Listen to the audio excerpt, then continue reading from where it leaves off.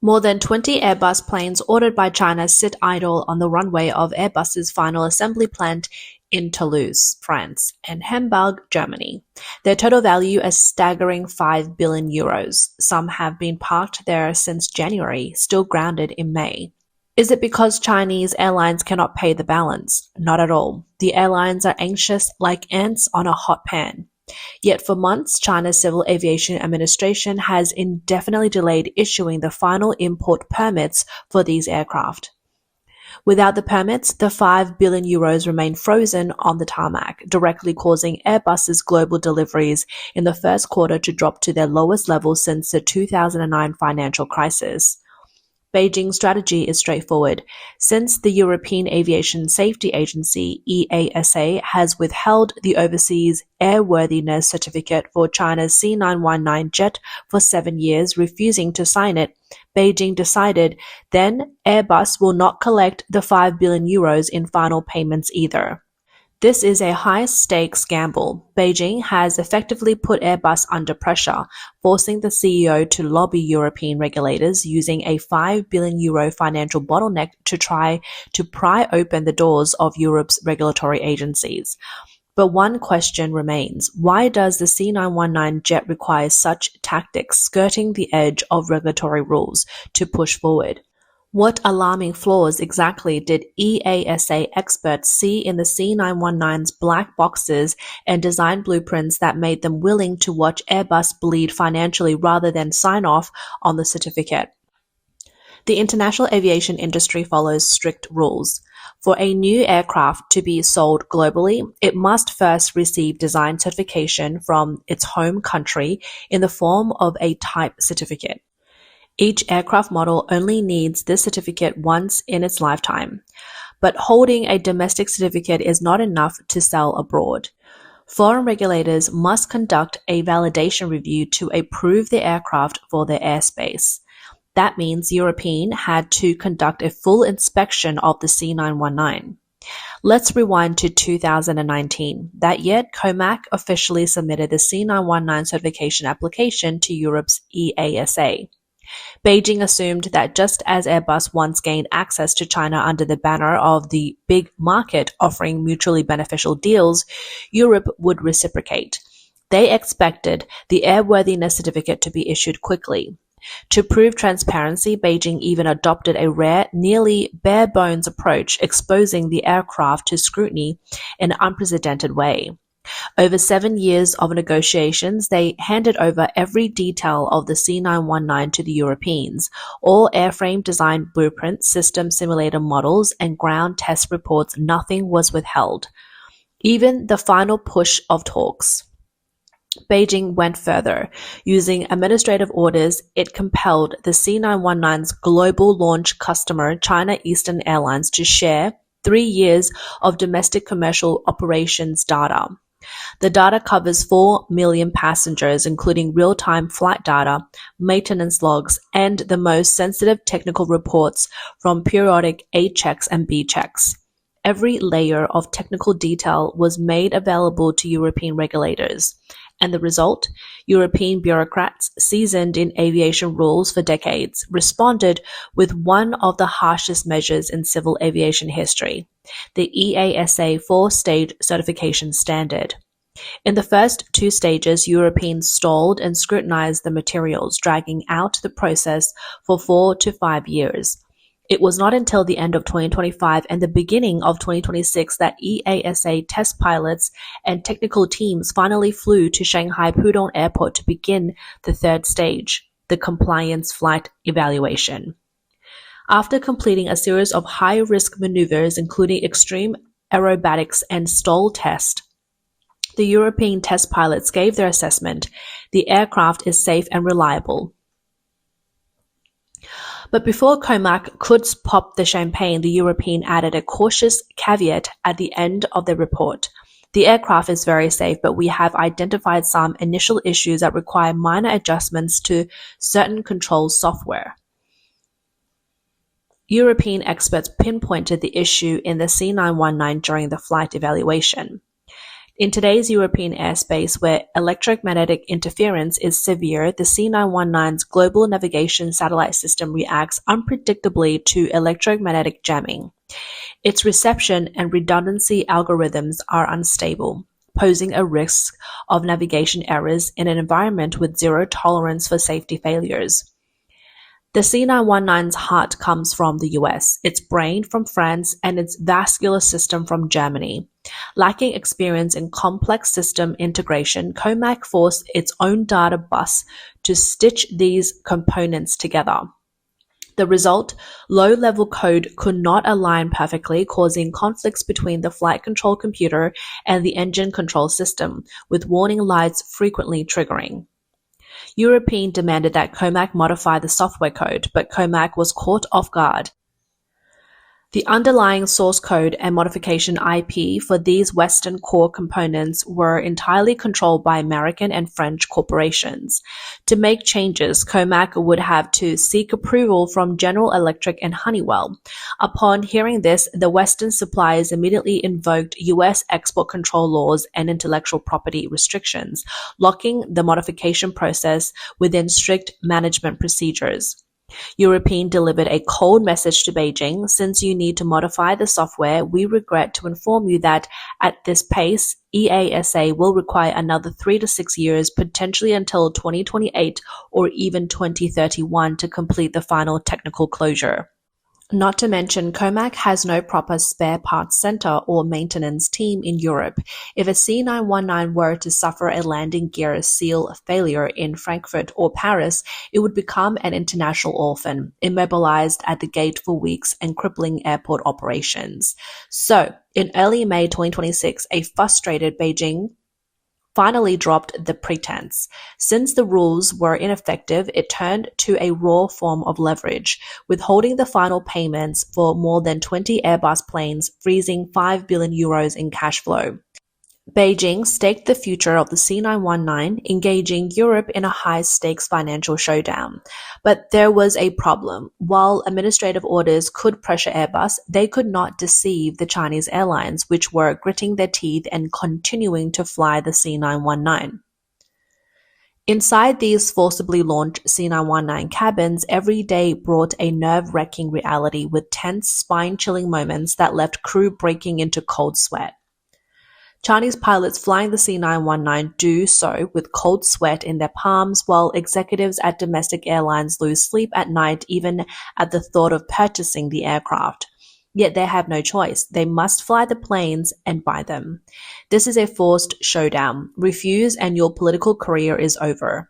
In the West, airlines buy aircraft based on seat mile cost, fuel efficiency, and 15-year depreciation. If a plane is inefficient or expensive to maintain, a CEO who approves the purchase could be removed by the board the next day. In China, this market logic no longer applies. The three major state-owned airlines, Air China, China Eastern, and China Southern, have chairmen and party secretaries whose primary role is not as business executives, but as deputy minister-level party officials. For them, profitability is secondary. Political alignment and fulfilling the leader's vision of a great power aviation nation determine their positions. Between 2024 and 2025, each of these airlines was forced to take on massive orders of 100 C919 jets apiece. A total of 300 aircraft with a combined value of hundreds of billions of yuan. Executives knew full well that the C919 relied entirely on Western core components, had prohibitively high maintenance cost, and due to system integration issues suffered from a persistently high failure rate. Signing the order was like placing a financial noose around the airline. Refused and you were labeled an obstacle to national rise, seen as politically disloyal to the party. So the three major airlines had no choice but to reluctantly bring this puzzle monster back to their hangars. Once the planes were purchased, they had to fly them. How else could they report to superiors or file official documents stating that the domestically produced jets were successfully entering commercial service? But once in operation, the planes flew with extremely low daily utilization. How can a passenger aircraft make money? Revenue depends on flying. If it sits on the ground, it only burns depreciation costs. Internationally, mature aircraft models typically average 10 to 12 flights hours per day. The C919, its daily utilization is generally only 3 to 4 hours because airlines are unwilling or too cautious to schedule more flights for it. Everyone is extremely sensitive about the C919. Even a minor issue like a single yellow sensor warning on the instrumental panel can ground the aircraft. A slightly stronger gust of wind or a slightly hard landing immediately triggers a hangar inspection, which can take several days. Why such sensitivity? Because airline executives are protecting their political positions. If a Boeing or Airbus experiences a problem, it's considered an unexpected safety incident. But if a C919 crashes, it is far more than a safety issue. It becomes a major political incident, one that tarnishes the image of a rising great power, and officials risk losing their positions. So, airlines will rather let the plane sit idle in the hangars as a mascot than risk running it continuously at full capacity.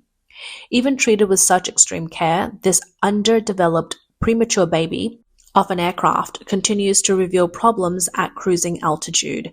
Consider the shocking footage widely shared on social media outside of China, even as it was blocked in China. At the end of June 2023, a China Eastern C919 operating flight MU9197 from Shanghai to Chengdu experienced a serious software failure after landing. The engine and APU system could not operate normally.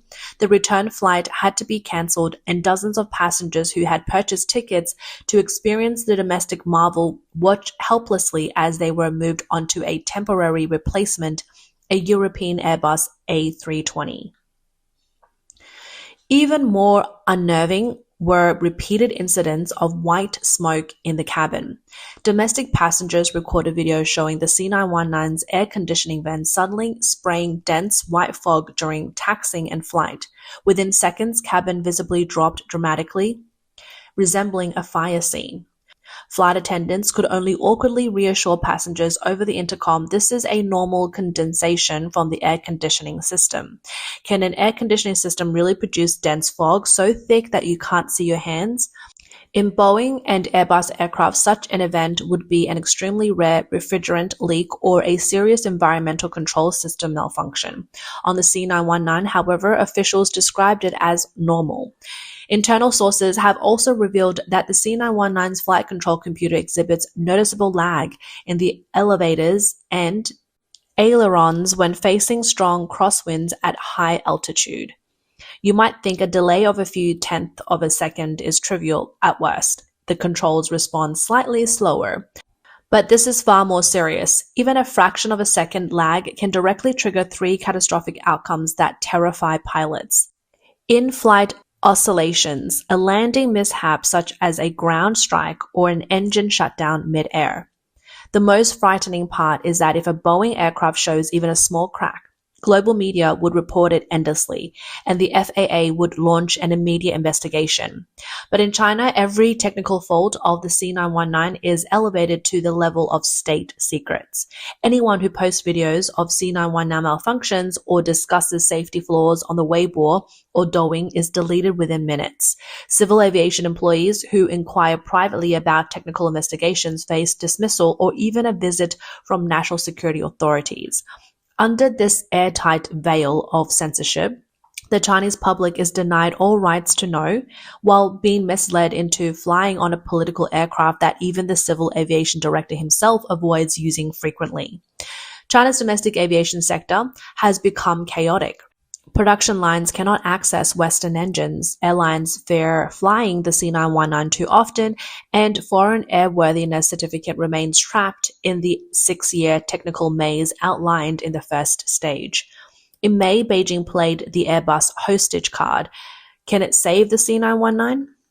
Beijing used the blunt tactic of withholding more than 20 Airbus aircraft and freezing €5 billion in final payments to pressure the Airbus CEO into knocking on the door of EASA. On the surface, this seemed to exploit a weakness of the European multinational giant. But could bureaucrats in Zhongnanhai really secure the long-coveted European airworthiness certificate? The answer: this is not only a gamble destined to fail, but also a lethal backfire waiting to happen. In Beijing's view, Airbus is Europe's golden child, the economic lifeline of France and Germany. By freezing Airbus's cash flow, their CEO would be forced under pressure from the board and the stock market to lobby the French government. In turn, to protect an order worth hundreds of billions of euros, the French government might leverage political influence to compel EASA to approve the C919. This is the classic case of business pressuring politics, but this time Beijing miscalculated. They underestimated the institutional safeguard of Europe's independent regulators, and they underestimated the non-negotiable physical red line of civil aviation safety. EASA is fundamentally different from China's Civil Aviation Administration. It is a statutory independent regulatory body with a single core responsibility: ensuring the safety of civil aviation passengers across Europe and the world.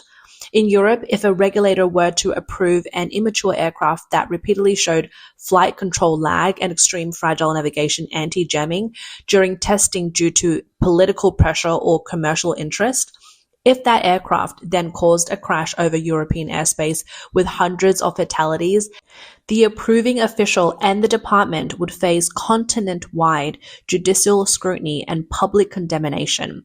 Europeans could never knowingly trade their own accountability or the safety of European skies for a political deal involving the C919, given its deadly system integration flaws. So, no matter how the Airbus CEO downplays the issue in private, calling it merely an administrative matter, EASA's technical experts in Shanghai continue methodically with their four-stage review process. They tell the Chinese side bluntly, "Want the certificate? Fine. First, resolve the thousands of software errors and hardware integration issues one by one. We're not in a hurry. Take 6 more years if necessary. Don't forget, although the C919 is labeled a domestic jet, all its core components are controlled by Western countries. At the heart of the aircraft, the CFM LEAP 1C engine is jointly produced by General Electrics in the US and Safran in France. Now, Beijing may try to freeze Airbus payments with administrative tactics, but the French won't simply allow themselves to be manipulated.